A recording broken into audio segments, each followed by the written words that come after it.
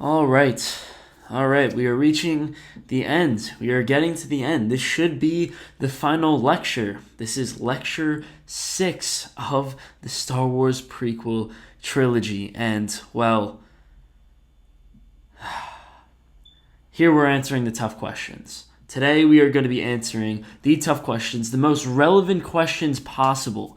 Because, well, I made this case a while ago. I made this case that, well, I've been emphasizing throughout the entire time that we turn to the dark side all the time. And, well, sometimes you could say, okay, yeah, I do, right? Like when I decide to do some stupid stuff or, be lazy and do all the daily things that we know to be wrong and we, well, do them anyways because, well, it's not easy to control your impulses. We know that we're turning to the dark side. We know that we're making a mistake and we know that it's not the most moral thing in the world, yet we do it anyways. It's like, it's like in Pinocchio where he has his conscience. He has the cricket on his shoulder, Jiminy Cricket, and it's essentially just we take the bug and squash it because it's a cricket and we can just kill it. It's super easy to let go of your conscience. So that's okay, right? Like that's self-evident. I don't need to explain to someone why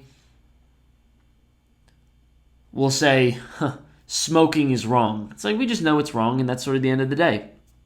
Even smokers know it's wrong. I think 70% of smokers, yes, 70% of cigarette smokers want to quit but can't. It's like, well, obviously we have a problem with acting and doing, but with thinking and doing, but the question is, and I think this is really the most important question that we must answer here is, what about the times when you don't know you're doing something wrong?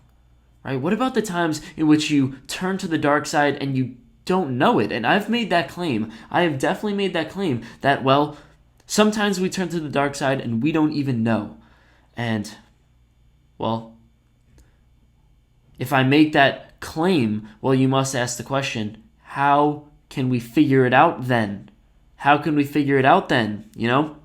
One of the greatest examples, right, is in our political sphere, right? It's really obvious. It's like the Republicans see the Democrats as villains. The Democrats see the Republicans as villains. The Republicans see themselves as heroes. The Democrats see themselves as heroes. It's like, who's the villain, right? Who's the villain? If both of you guys see each other as heroes and both of you guys see each other as villains, it's like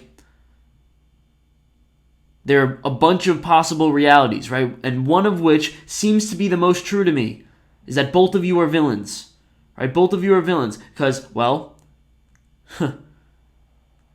that's what tribalism is, right? That's what tribalism is. It's like you have one tribe going against another tribe. Why are they fighting in the first place? Maybe the fact that they're fighting and that they're both initiating the fight means that they're both villains. And maybe that also means that they're heroes because they're fighting for their values. But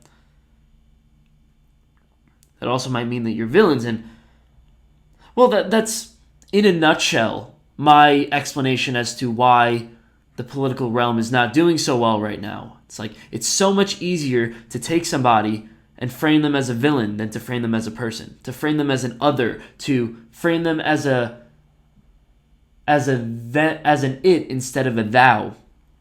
And in Joseph Campbell's words, and, well, it's easy, right? It's easy. And that's one of the fundamental things that this movie strives to, well, understand, and it's based off Joseph Campbell's idea.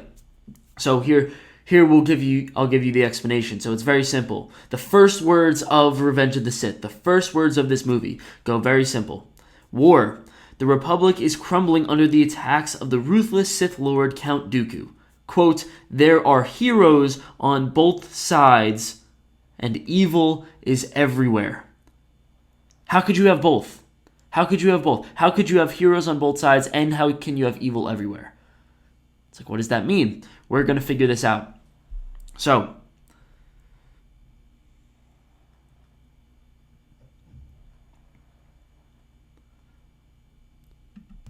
you have Anakin, right? Anakin comes along and, well, he becomes Darth Vader. So we're going to call him Darth Vader from now on. He says, from my point of view, the Jedi are evil. And he says that claim. And, well, Obi-Wan says something like, well, then you are lost. So it's as if they're both villainizing each other, right? Like, we could see Darth Vader as the villain, but at the same time, it's like, what if we're the villains? What if we're the villains? There was an idea that was put forth earlier in the movie. I don't know if I could find it, but where Padme says, well, the Jedi are corrupt, so and the Republic is becoming corrupt. It's now not a Republic, it's an Empire, and it's starting to decay. She said, what if the Republic that we're fighting for is the very thing in which we're trying to fight against? And it's a good argument. It's a good argument. There was a great thing that, I forget who said it, but Jordan Peterson quoted it. And he goes, capitalism is the worst system that exists, besides all the other ones. Right? That's the idea. It's like you got to pick a system, you got to pick a structure, you got to pick an ideology, but all of them have their problems. All of them have their flaws. All of them have this, we'll say, corrupt, villainous aspect of them. And, well, we don't really know what to do about that, right? What do we do about that? You go into the Republican Party, of course there's flaws in the Republican Party. Same for the Democratic Party. You look at something like yourself and you say, of course you have flaws, but should you be defined by your flaws? Should you, let's say you spend, I do this all the time to myself. Let's say I spend a few hours wasting in my day, right? I waste a few hours. When I do my analysis of the day, just sort of thinking about, okay, how was my day? I say, today was pretty great, but I spent a lot of time wasting my time, right? Or I could just say, today was a shitty day, I wasted my whole day, right? Or I wasted a lot of my time. And it's like, the question is, should you be defined by your villainous aspects? And the answer is no, right? You should be defined by the totality of the evidence. And well, that's the fundamental problem in which, well, Anakin sees the world, and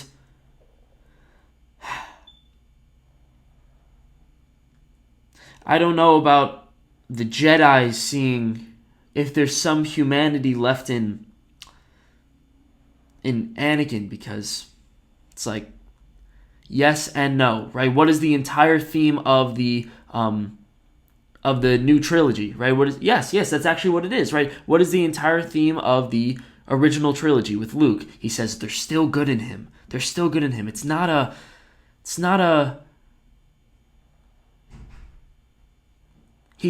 that. He's not a it. He's not a villain. He's not a them. He's a thou. He's a person. And although we have this ability to become corrupted,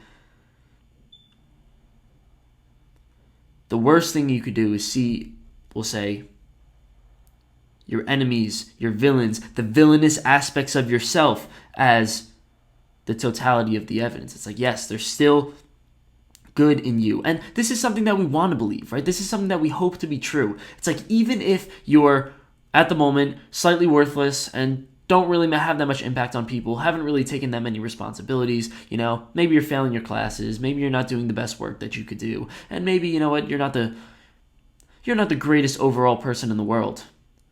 The question is, should you be defined by who you are, or should you be defined by who you can be, right? The potential in which who you can be, and we'll say the inner goodness that could potentially come out of you. And the answer seems to be something like both. Right? Both. It's ignorant to say, well, you're just your actions, you're just your behavior, because you can be more, right? You could transform, but at the same time, you're not just the person that you can be, because the person that you're right now is pretty crappy, or could be pretty crappy. So we have this problem with ambiguity, right? We have this problem with, well, we shut down, right? We shut down the, we'll say, ambiguous nature of it. We just say the other side is a villain and I'm the hero, and we feel good about ourselves because, of course, you want to feel that you're the moral, you have the moral high ground, essentially. And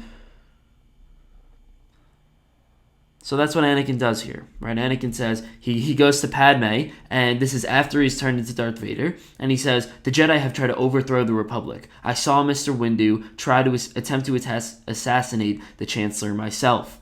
And God, it's like, what are you talking about? Like, yes, first of all, yes, this is true, right? All of what he said is pretty much true. Jedi try to overthrow the Republic is like kind of true, but it's pretty much true.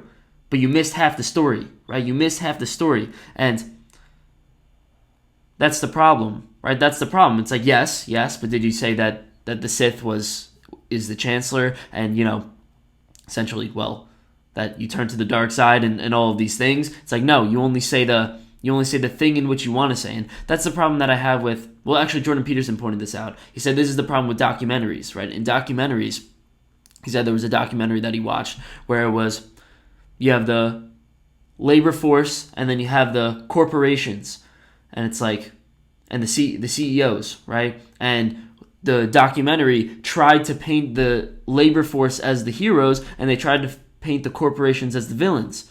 But it's like, you're missing it, right? You're missing the other part. You're missing the point where maybe the CEO wants to help and wants to be a good guy, and maybe wants to, well, maybe there are some good parts in the organization. Maybe it's not all bad. Maybe, if you're fighting for workers' rights, maybe, well, you're not starving at the moment, and maybe there's some good that comes out of your job. You just want better, and fair enough. But you can't just completely villainize the other side, and that's what Anakin does here. So what I'm going to do is I wanted to explain this or at least this entire answer to the question, right? The question is very simple. It's, how do you know when you've turned to the dark side in your own life and you don't even know it? And, well, I'll start off by giving an example of myself. This is actually really, really funny. Actually, so I'll go down. So what I did here was I made a bunch of symptoms, right? It's a bunch of symptoms. It said, becoming Darth Vader, and it's a symptom, because really what you're seeing in your life it's very simple. It's like, you don't know if you turn to the dark side. Now, there are some things that you do in which you look on it in hindsight, 2020, and say, yeah, I probably shouldn't have done that, but maybe you didn't even know. And, well, this movie makes the case that this happens all the time. One of the most pathological things, this kills me, this bothers me so much, and it's done on a cultural level. Like, this is a large thing. This is one thing that I believe to be an evil part of our society. For whatever reason, we have an obesity epidemic, right? We're a very overweight culture. 2/3 of our population is overweight. Yet, parents are still willing to give sweets to their children. Why? Why do we do this? If you are a parent and you are struggling and you are overweight, which is, there's a 2/3 chance that you're doing that, it's like, why would you give the same drug to your children? Why would you do it? It's like the same thing as a parent giving a cigarette to their child. It's the same exact thing. It's like, if you're trying to lose weight, why would you pass down that problem onto the next generation? And, well, that's what Halloween is, right? Halloween is exactly that. It's like, we're just going to give our kids candy because, well, they like it. Maybe we're not strong enough to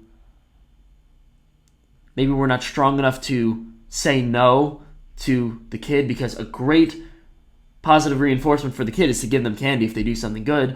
Another thing could be, maybe you're denying it from yourself, or maybe we just don't think about these things, right? Like, I don't think people think about, when you give a cookie to your child, you think, I am subjecting him to the same psychological trauma in which I am going through right now. We don't really think about that, but that's exactly what you're doing. And it's tough. It's a tough way of looking at it. Here's a personal example in which I was really struggling with. Where did I have it here? Well, it's a story. So what happened was, I came to a conclusion that I wanted to be something like a player, something like a Barney Stinson type. This was about a month ago, and I was gonna get girls and all of these things, and I crafted the pickup lines. I learned a bunch of psychological techniques. I definitely put myself into it. Like, this wasn't like a trivial thing, and I started doing it, and, well, I'm not going to tell you how successful I was, but, because my mom's here, probably, but, hi, Mom, but what happened was, right away, and this is going to be symptom 2, right? This is going to be symptom 2. I'll jump to it. I was in hell. Like, it was terrible. Like, within about like a week or 2 weeks, I just felt the draining, the meaninglessness of it all. And And I realized, I'm like, this is not worth my time. Like, I actually did not enjoy. I enjoyed it, but I didn't enjoy it. Right? There was a part of me that enjoyed it, but there was another part of me where I'm like, this is absolutely meaningless, and like, what am I even doing here? So this is what happens to Anakin. So Anakin turns to the dark side, and we'll say, well, the thing that happens to him, not symbolically, in the movie, is that he goes to this place. It's the Mustafar system, and it's literally hell on earth. It's literally hell on earth. It's fire and lava and, well, exactly what you think of when you see Satan. And, well, he cries, right? He's standing here, he's looking upon the Mustafar system, and he's crying. And it's something like, he believed that adopting this system, he believed that, well, adapting this structure was going to release him from his pain. But it wasn't. It's like, I thought that my picking up girl strategy was going to be fun, right? I thought it was going to be cool, and I thought it was going to be, well, enjoyable. But I think we could say that was something like going to the dark side, right? Something like Jordan Peterson's book, he said, it was Rule 7. It was pursue meaningfulness over expediency. Pursue something that's actually meaningful instead of something like pleasure or something like, well, the dark side. And, well, the reason why you shouldn't pursue pleasure, the reason why you shouldn't pursue anything like that is because, well, it's just not going to fulfill you, right? From a logical perspective, it's just not going to fulfill you. You will be in hell on earth. And, well, that's the thing. We have these psychological mechanisms. We have these meaning trackers, let's call them, right? And Mihaly, I don't know his last name. Csikszentmihalyi, there it is. Csikszentmihalyi talks about this, and in the idea of flow, right? Flow, when you're working really hard on a task, you're really getting stuff done, and time just sort of whisks away, and it's a good thing. Like, it actually feels really nice to be in flow. Like when you're dancing, when you're singing, when you're listening to music, when you're watching a really good movie, like you're immersed in it. And when you're having a profound religious experience, some things like these, they're intrinsically meaningful, and you actually feel good as you're doing them. The same thing goes as I'm doing these lectures. Right, I'm probably in flow right now. The pursuit of a goal, it's like it's gonna make you feel good as you're doing it. But you imagine how somebody feels in something like a withdrawal case. It's like, that's essentially hell on earth. It's like, that's your body, that's your natural meaning mechanisms telling you, dude, you're on the wrong path. You're on the wrong path, and stay off of it, That's what I see all the time with people who struggle with their eating. It's like, you could rationalize to yourself that you're eating properly, and this is just one little thing or whatever, but you're gonna feel it. You're gonna feel it. And that's why the Jedi, they say something like, trust your feelings, trust nature, because your natural instincts, like, our body is literally built to, well, survive, and it's built to move on in continual progress. And part of that is your internal meaning structures. And if you just decide to not listen to your meaning structures, well, it's like, you should. And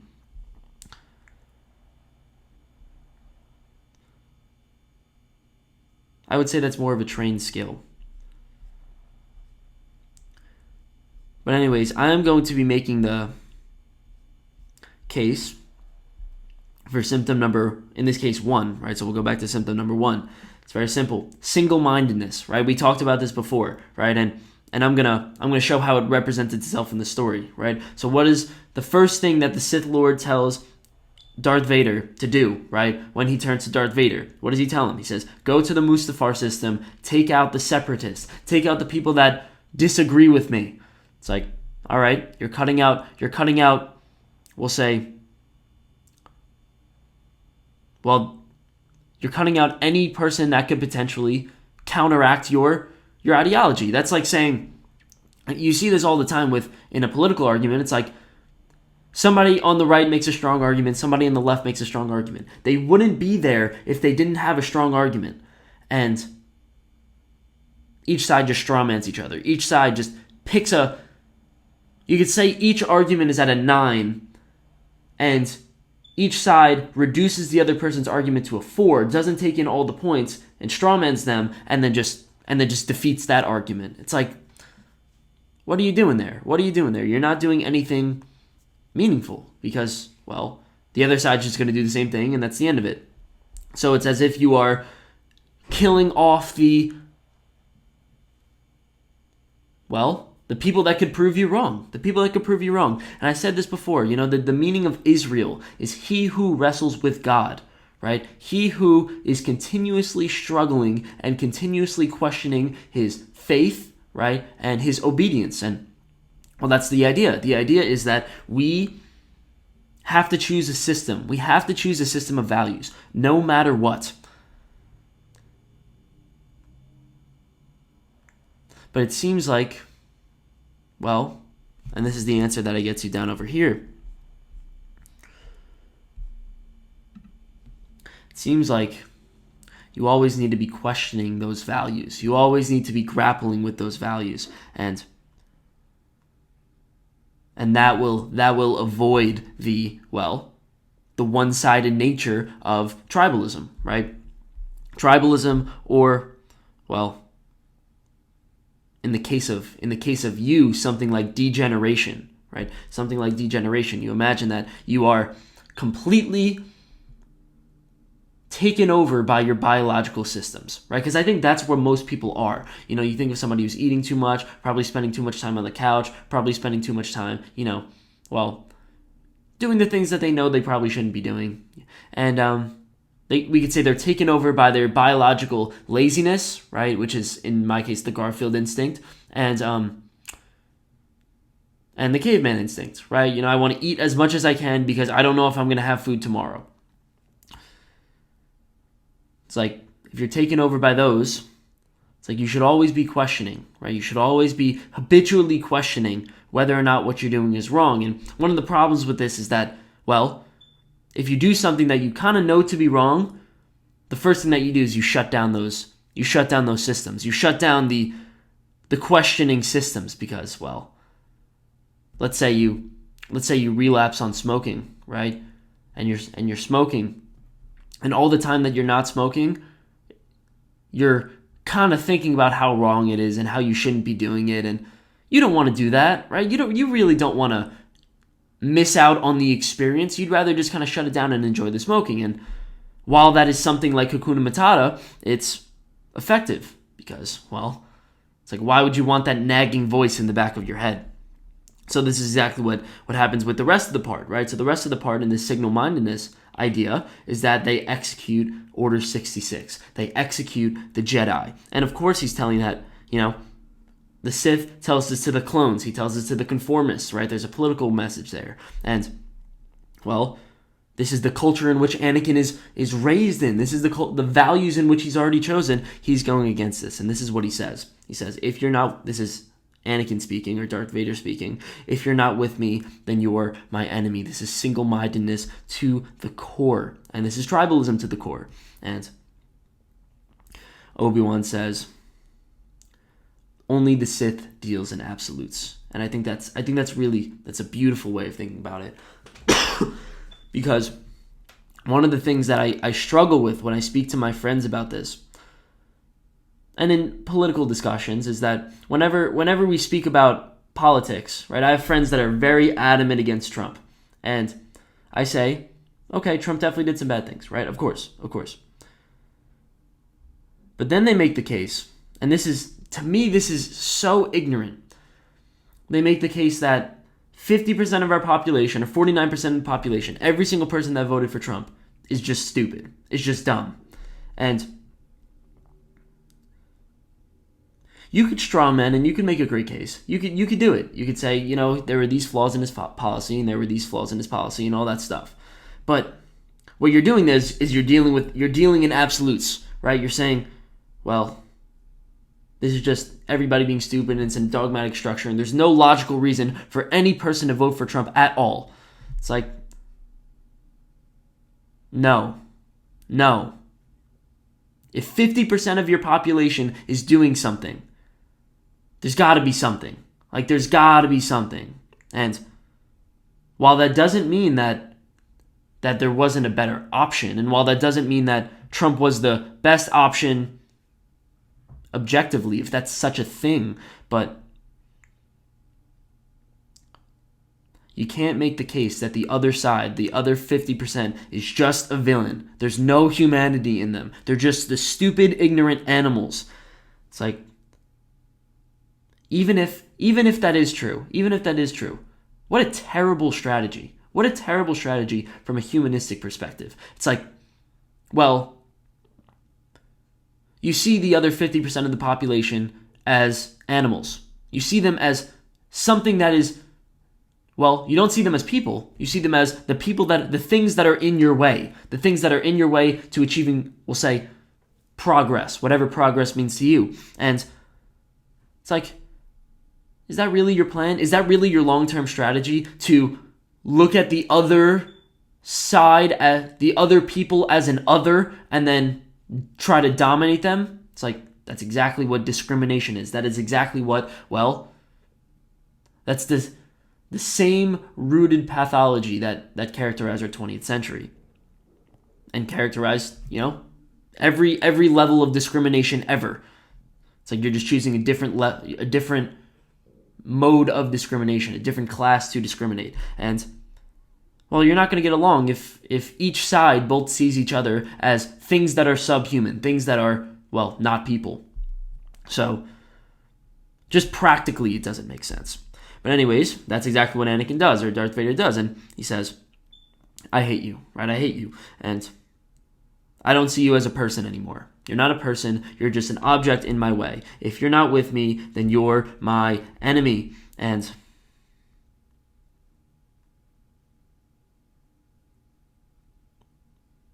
it's a difficult idea, because I try to expand this idea as far as I possibly can. And you say something like, slavery is clearly wrong. If you have the single-mindedness view that slavery is clearly wrong, is that a problem, right? Because I said that a symptom of being on the dark side is that you are single-minded. And it seems to be something like, maybe the problem is not single-mindedness per se. Maybe it's something like dehumanization. Maybe it's something like not recognizing the value of the thing in which you consider to be an enemy. That's a big problem that I see within myself. Let's say I get into, a internal debate with myself. I say, Nick, are you going to get up off the couch, or are you going to do some work? Simple, everyday example. And I say, well, of course I want to go do some work, right? That's a strong argument. And then I say, for the internal mechanism within me that wants to lay on the couch, I say that's just a stupid, irrational, animalistic force. That's all it is. And I essentially strawman the other side. I essentially say the enemy to me is, from a conceptual point of view, it's my laziness. It's the laziness instinct. And I look at it as something negative, and then I try to conquer it. I try to destroy it. And, well, the Japanese, for example, they would say that I am completely mistaken when I think that way. And I'm still fighting to change my mindset to that idea. The Japanese, they see every impulse as something beautiful, something sublime. It comes from you, and if it comes from you, then it could be beautified, it could be sublimated. And even your laziness instinct, maybe it's trying to tell you something, right? Maybe it's trying to tell you that the work that you're doing probably isn't something that you're interested in. Maybe that's the hell in which you are subjected to. It's like maybe you are subjected to, well, you don't want to go to hell because, well, the hell would be working on something that you're not interested in. So the Japanese would say, and the Jedi would say something like, treat the other side, this is what Luke says, Luke Skywalker, he says, treat the other side as if it is still valuable, and spend all of your time trying to see the value in it. And this is what I attempt to do, probably not as successfully as I'd like, in every political discussion. In a political discussion, my hope is that I could formulate the argument of the other side as well as them, or better than them. Because, well, if I do, then it's two strong arguments against each other. It's not me going against a weak argument and them going against a weak argument, and they just, we just strawman each other. So the answer seems to be yes, something like, well, see the humanity or see the beauty in everything, even if you see them as a problem. And that's the Christian doctrine of love thine enemies.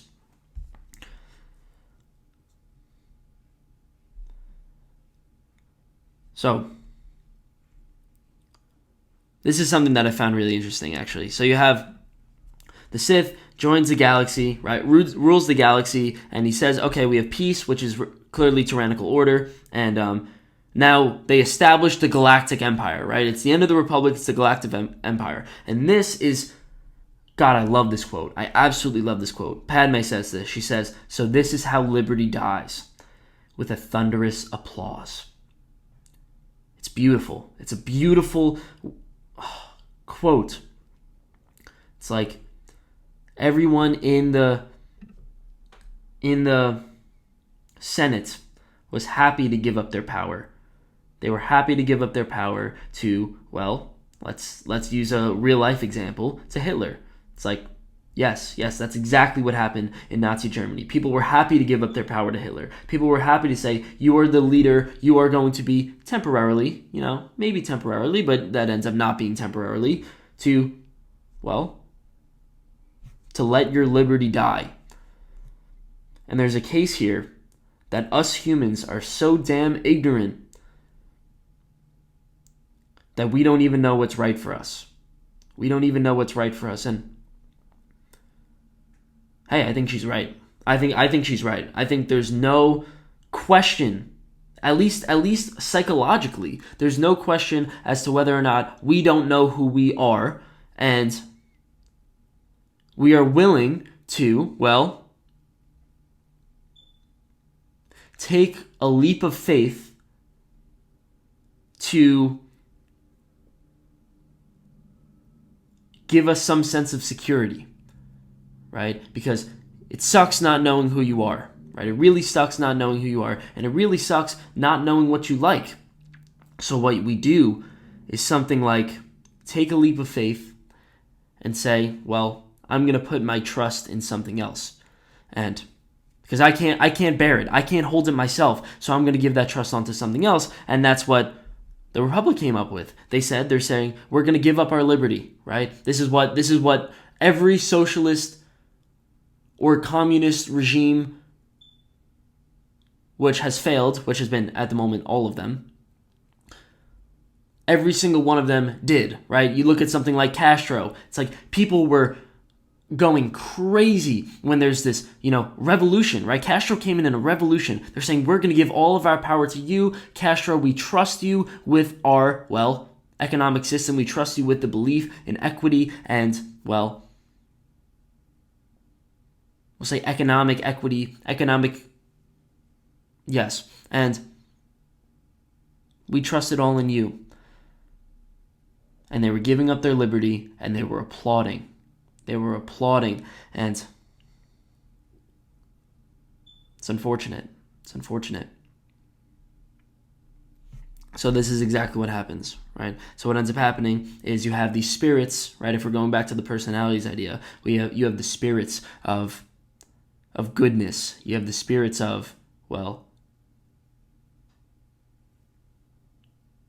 something resembling chaos too, something resembling the natural view of life, which is a republic, which is Yoda, which is Obi-Wan. They go into exile because, well, now he's single-minded. Now he has a full single-minded view of, potentially, right, the world.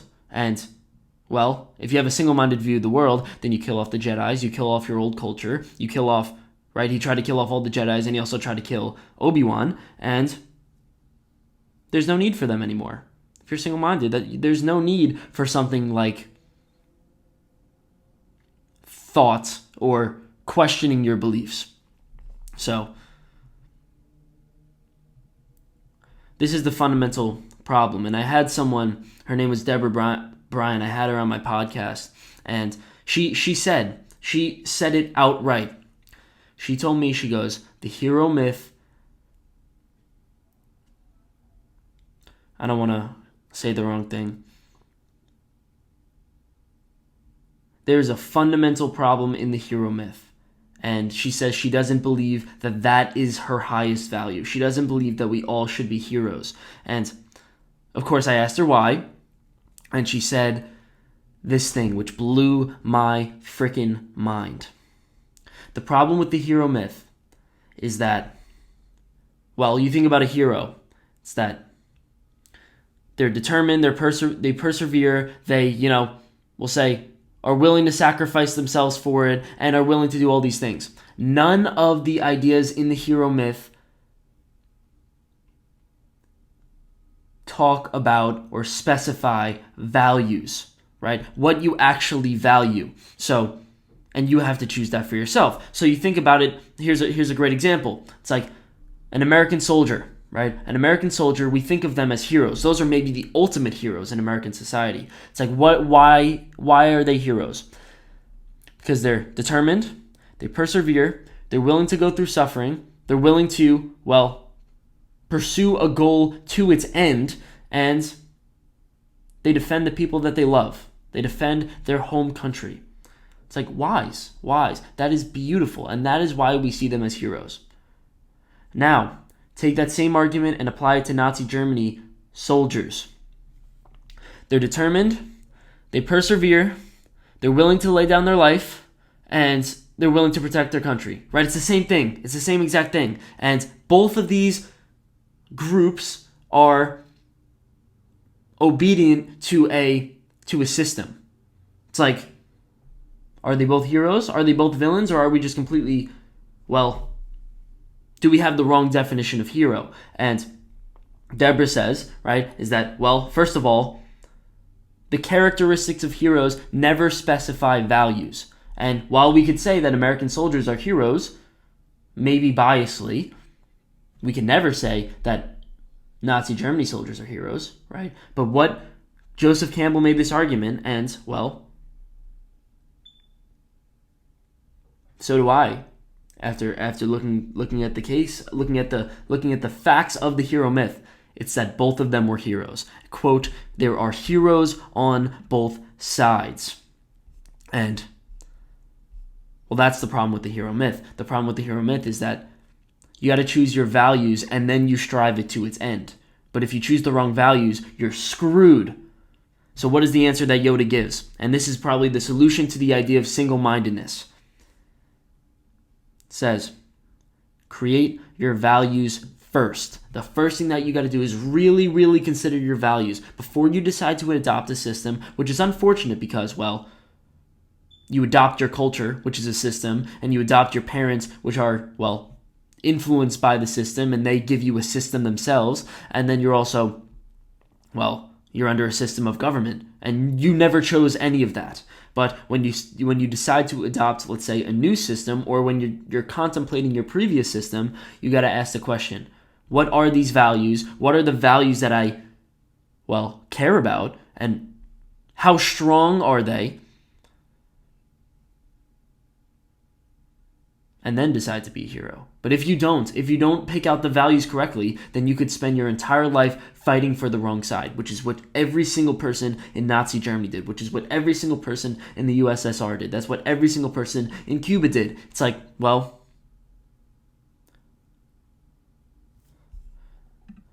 they fought hard. They fought hard for the thing that was their own destruction. This is how liberty dies, with a thunderous applause. And then the second answer is very simple. It says, pick your values first, and then always be questioning your values. Always be questioning your values. And that's why you need to become an individual. That's why you need to be conscious, because if you're not conscious, then you're never questioning, you're never thinking, and you're not a person anymore. So, this is what Anakin says. He says, I brought security to my new empire. And Obi-Wan says, Anakin, my allegiance is to the Republic, to democracy, right? And what he's really saying here, and this is to kind of give an explanation to the point. It's very simple. It's like Obi-Wan says, I'm not going rogue. I'm not going on myself. I'm still aligning myself to a system. I'm just,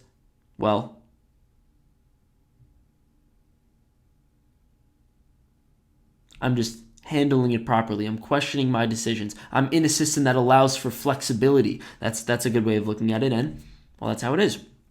So let's move on to, so that's symptom 1, let's say, single-mindedness, or we'll say refusing to see the value in something, in the enemy, not loving thine enemy.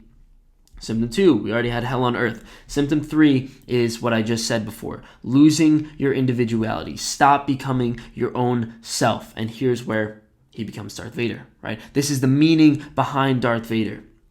So right here, you have the Vader mask, right? And he puts it on, and what do you see, first of all, in his face, right? In these little eye slots. It's a rose-colored veil, right? That's what it is. It's a lens in which to view the world, right? Because he's not seeing the world with his own eyes anymore. He's seeing the world through the eyes of this Darth Vader lens. And what really that is a representation of, it's a representation of, the ideology that he's chosen, right? The worldview in which he has chosen. And to some degree, we all do this, right? To some degree, we all have to choose a lens. But that's the problem. He's chosen the wrong lens. And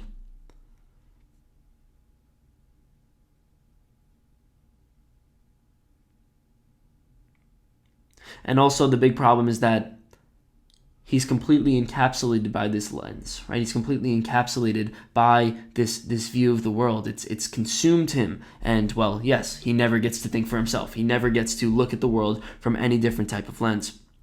And you have Obi-Wan, right? First of all, this is the fight that he has with Obi-Wan. And what is the symbolism of Anakin fighting Obi-Wan? It's very simple. It's the killing off of the old culture. It's from I told you about Thus Spake Zarathustra. This is the fight with the Golden Dragon, right? So from his perspective, he sees the Jedi as the Golden Dragon. He sees them as the, evil, which is partially correct. There is some evil in it. Again, this is the worst system besides all the rest. So it's possible to see the flaws in the Jedi. It's like clearly there are, but his fight with Obi-Wan is the fight of the Golden Dragon, saying, I am done with this Jedi system. I am getting rid of it, and I am going to kill it off.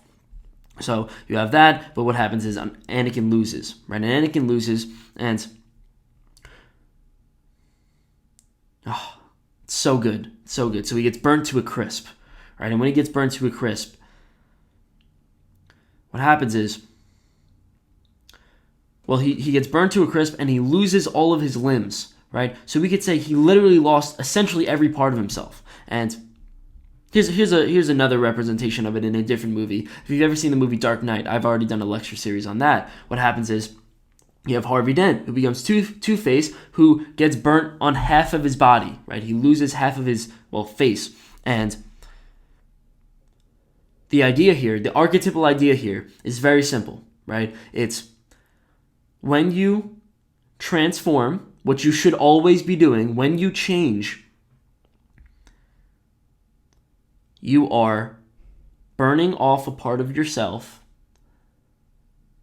And then if you're a good person, if you're doing it right, if you're a hero, right? Let's say you're taking a part of your identity. Let's say part of your identity was, let's say, I don't know, overeating, right? Part of your identity is I eat too much. And this is by behavior, right?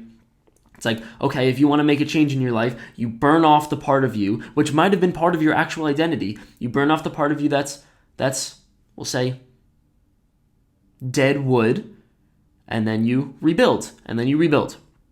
And that's what you should do, right? That's what heroes do. That's the transformation process, the death and rebirth that takes up the hero's journey. What does someone like Anakin do? He burns off his whole self. He loses everything, right? He loses his limbs, right? Now all he has left is his robotic arm, his machine arm, and he loses all 4 of his limbs, and he burns his whole self. And the problem, here's the symbolic representation of that. It's like, you shouldn't do that. You shouldn't burn off every single part of yourself at one time. You should be pulling apart pieces and then putting them back together slowly. That's the perfect, we'll say, balance between order and chaos, right?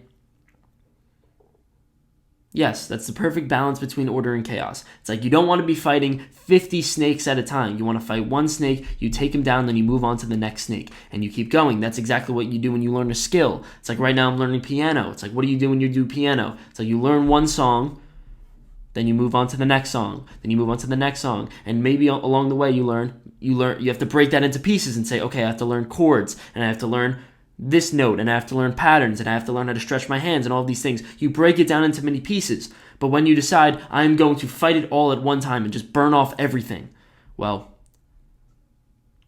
that's a problem, right? That's a problem. And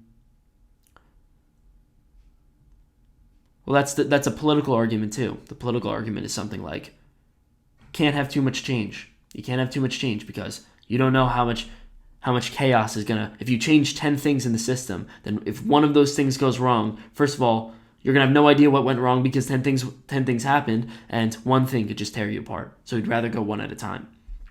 And so Anakin makes that mistake. He burns off his whole identity. He burns off everything. And well, in that case, he's losing his personhood, right? He's losing the thing that made him, well, human, right? He's losing the thing that made him him. Because really, you imagine that you go through your life and you're always making constant changes, right? You're always updating your personality and you're always, well, hopefully becoming a new person or hopefully becoming a better person. But along that path, there's still the parts in you that never change, right? There's still the parts in you that, well,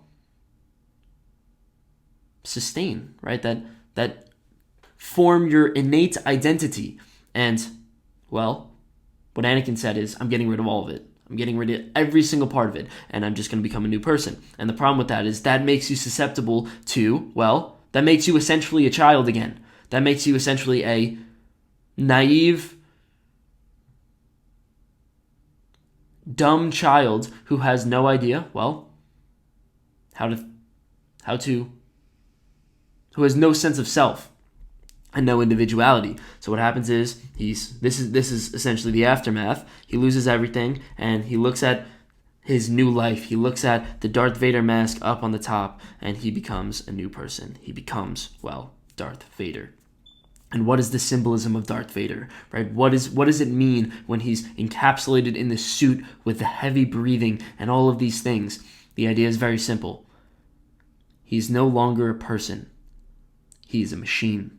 Right? And they even said this. This was in the 4th movie. Obi-Wan says he's more machine than man now. It's like, yes, that's exactly what he is. He's just a machine. He's just a tool to be used by Palpatine. Right? That's exactly what it is. When you work for something like greed, right? When you work for greed, what are you? You're not a person anymore. You're a rat in the rat race. You're a tool. You're a machine that's going to be used for the, we'll say, creation of profit. That's all it is. That's all it is. And Well, that's a problem, right? Of course that's a problem. You need to be an individual. The entire idea of becoming, well, the entire idea of this entire lecture series was the development of the individual. How to develop, well, let's say your own individual will, as well as function properly within a system, because you need to do both. And Anakin says, no. I'm just gonna mesh into the system. And therefore he becomes a machine. You see this all the time with the idea of conformity, right? The idea of conformity, it's very simple. It's like, you look at something like the Milgram experiment, something that about 60% of us will, well, perish from, about 2/3 of us actually. 2/3 of us will not stand up to authority. Teachers, parents, culture, right? We won't stand up to the system in which we've been placed. And, well, the answer is, if you don't stand up, what is the result? You're not a person anymore. You're a puppet. That's what you are. You're a puppet. You're somebody that is controlled by the strings of, well, whatever you're letting yourself be subservient to. You're a machine that's, well, if you don't express your own personhood, if you don't express your individual thought, then you are, again, you are a tool.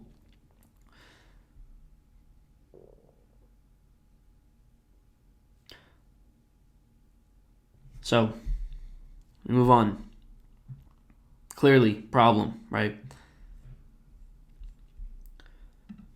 Symptom number 4, and this is simultaneous. This is almost the same thing, but it's slightly different than losing your individuality. It's the death of life, right? It's the death of the life within you. It's the death of your, let's say, connection with the natural impulses, because that is the representation of Padme. It's the connection, impulse is the wrong word, connection with your natural, say, motivational systems. And well, Padme dies, right? Padme dies, and he's the one who killed her, right? He says, Anakin, all I want is your love. I do not want to rule the world with you or do all the stupid stuff that you want to do. I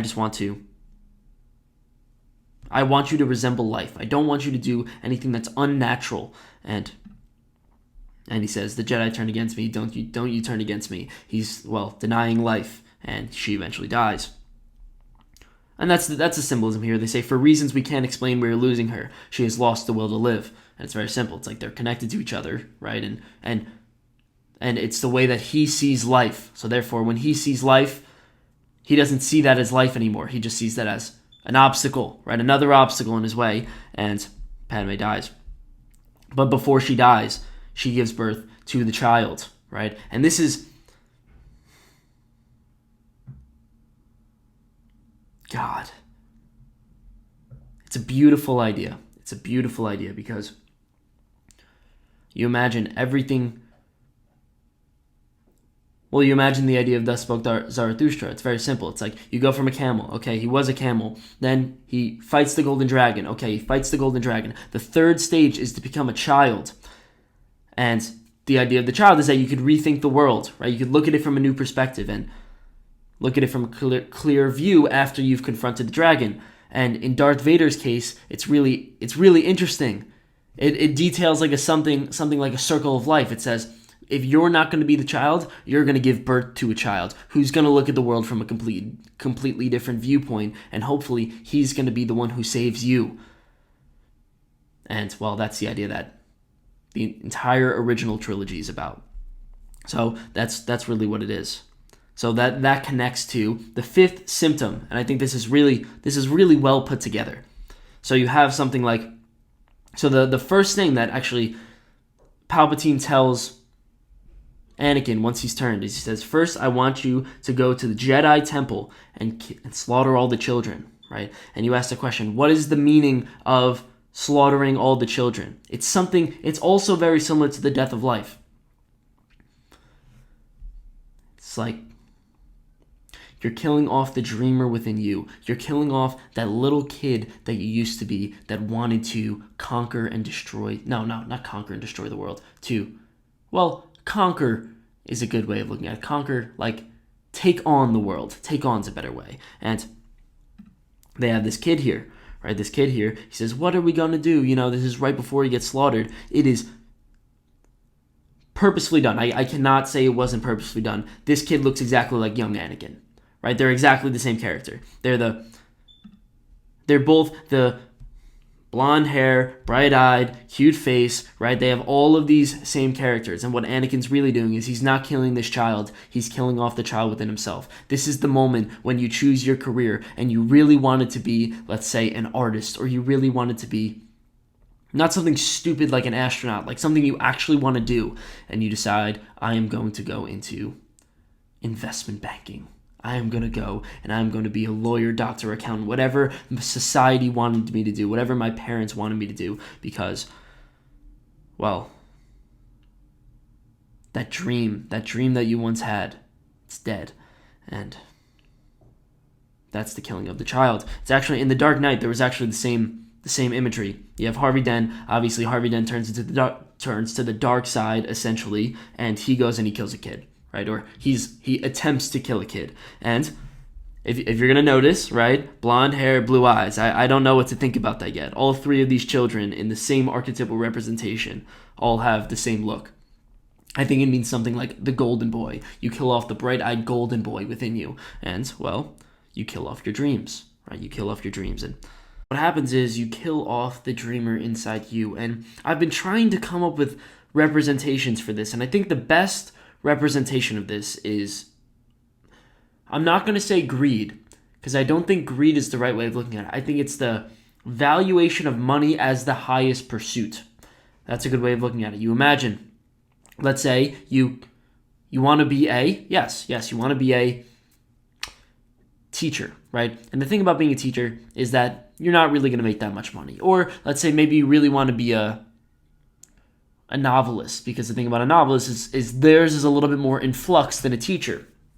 And, well, the thing that I've realized is that while it does sound noble, and I think it is noble, I think there is a lot of nobility to it, to say, I want to provide for my family, right? That argument, that reasoning as to why somebody is making money their highest value, the thing that they are going to sacrifice everything for. You know, I'm going to kill off, yes, the dreamer within me. I'm going to get rid of my goals. I'm going to lose all of the energy that comes with, well, hating your job and having to do it for 8 hours a day. It's like, yes, okay, you want to provide financially for your family. That is the argument. And I've been asking myself, what are the flaws with that argument? First of all, I believe it's phrased wrong, right? It should be, I want to provide financially for my family, not provide for my family. Because the problem is, and this is a big problem that you'll see everywhere, if you spend 8 hours of your life draining yourself, right, doing something that you really don't want to do, it's going to transfer over into your family relationships. It's going to transfer over into your relationships in general, and you are not going to, well, have the energy to provide emotionally for your family, right? Because you really think about it, at the end of the day, what do kids care about? Do kids really care about money? Like, when I was a kid, if you gave me $5 and told me to go buy a toy, I would be ecstatic. I would be beyond ecstatic. Why is it so important that you have to provide for your children financially as the highest value? Yes, of course you have to provide for your family financially. Yes, of course you don't want to be living in a ditch. And of course you want to be having some sort of stability. I agree. But why is that the highest value? Why can't that be like third below, well, children die for attention. They will go crazy for attention. They want you to play with them. They need love. What about those as the highest values? And then saying, yes, you know what? Financials is definitely important. As a society, yes, 85% of people hate their jobs. We are willing to forego everything to, well, provide financially for our children and our families. And, well, you could easily say that's a path to the dark side. You could easily say that you are forgetting about life, right? You are forgetting about life itself. Children, 100 years ago, lived in scenarios that somebody who's making $17,000 a year today, which is the poverty line, would die for, would go crazy. Or the person who's living today under the poverty line is living better than somebody who's living 100 years ago, who's probably something like middle class. And it's like, well, what, you know, absolute wealth, the amount of money in which you have and the amount of things in which you buy really makes very little difference. And children don't even care about that at all, or they care about it very little. But we decide to place it as our highest value. We're willing to forgo 8 hours of our life, half of our day, and, well, all of our energy. For what? For what? One of the greatest arguments that I have against why you shouldn't make the justification, I want to provide for my family, or I want to, use this money for, I'm going to pursue money as my highest value. The biggest problem I have with that is something like,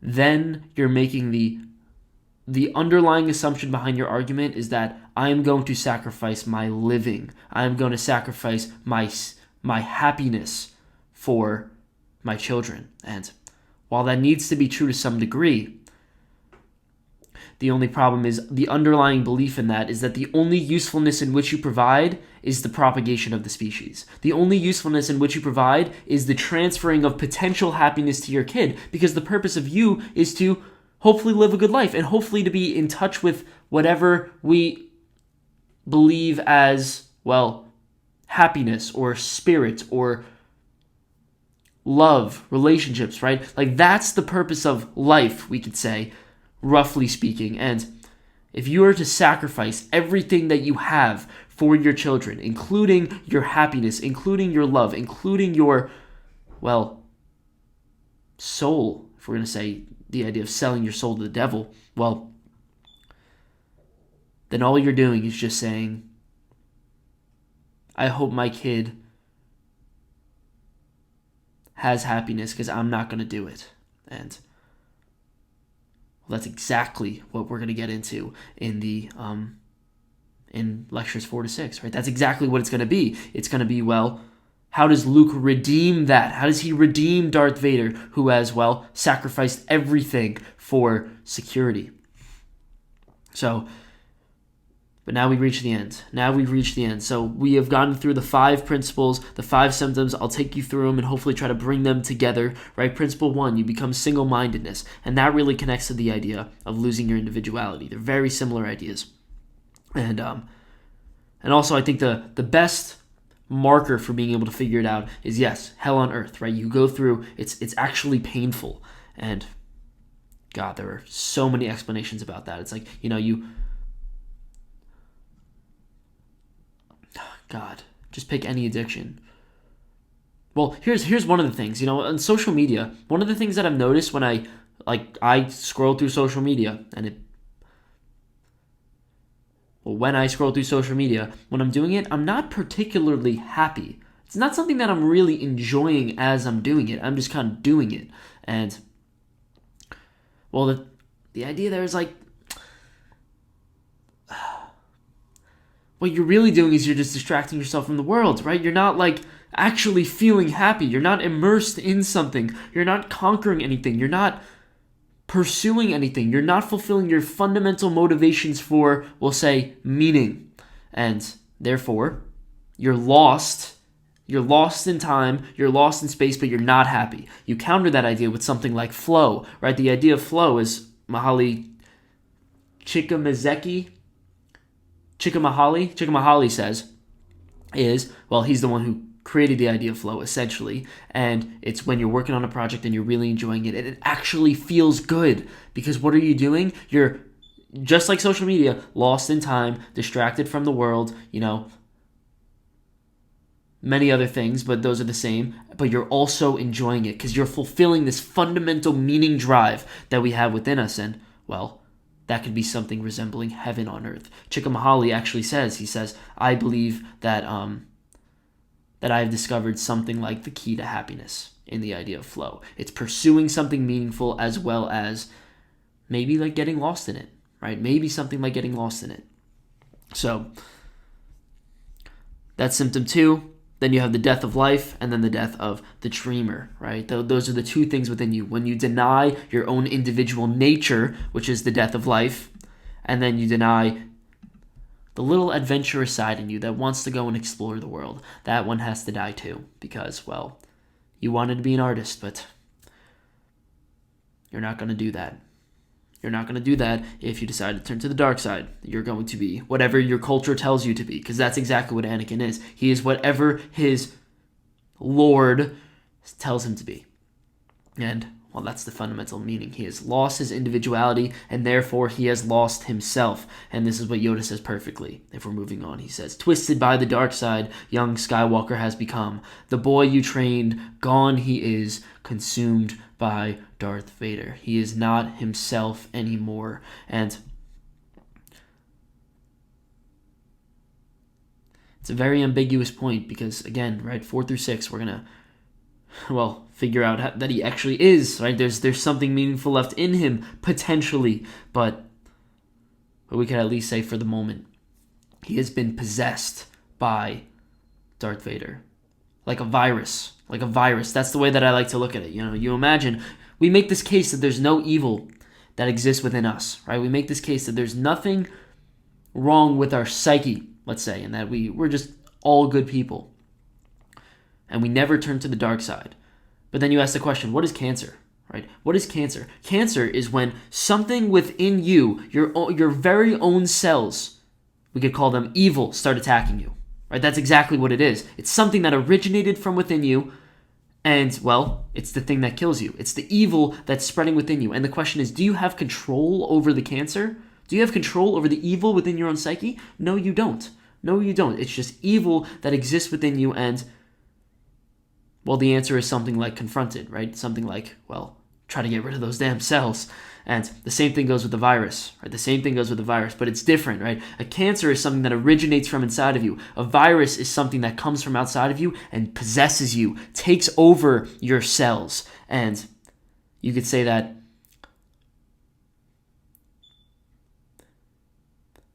something like both happened to Anakin, right? Anakin was possessed with this need for, this innate desire for, we'll say, ego and pursuing things that are meaningless and pursuing his impulses and rage and all of these things that come from within him, and then they were matched.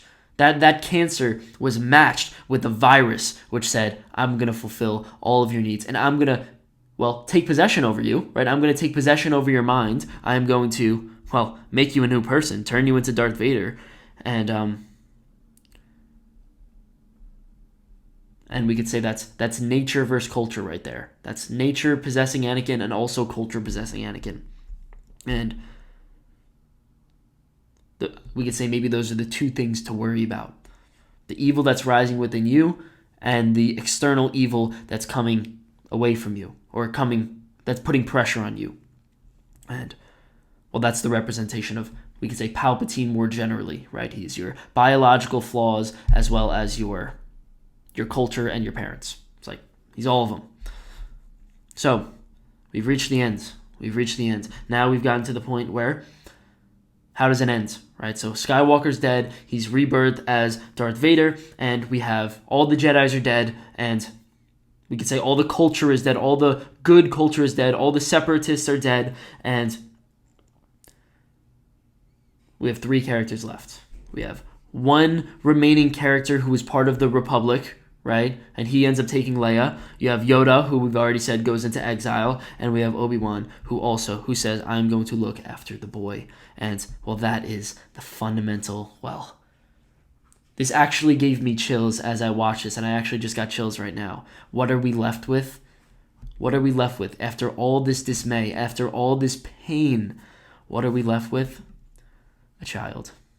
That's what we're left with. We're left with a child or 2 children. This is Luke and Leia. And, the idea here is very simple, right? And this is the idea of, when they give Luke and Leia, they give him to the parents, and there's the binary sunset in the background. And what they're really saying is, even though this sun is setting, this son of, Anakin, right? Even though Anakin's soul has died, and even though we've had the worst of all the worst happen, there's still going to be a rising sun. And that rising sun is, hope. Or if we're going to talk about in the original trilogy, a new hope. And that is going to be Luke. And, I'm going to be doing a lecture series on exactly that. I'm going to be doing a lecture series on the original trilogy, which should be coming up right after this, of, well, exactly that. The first 3 movies is how society degenerates, and then the second society is how it builds itself back up again. And then what you really have is how you fall apart, how you turn to the dark side, and then how you conquer the dark side and how you resurrect the Father from, we'll say, his own torment. And well, that's the next idea. We have A New Hope coming up. We have this idea of the binary sunset, and well, we have Luke. Coming up. So I would enjoy it if you continued with me and watched my lectures and stayed with me on my lectures 4 through 6. So I really enjoyed these lectures, and take care.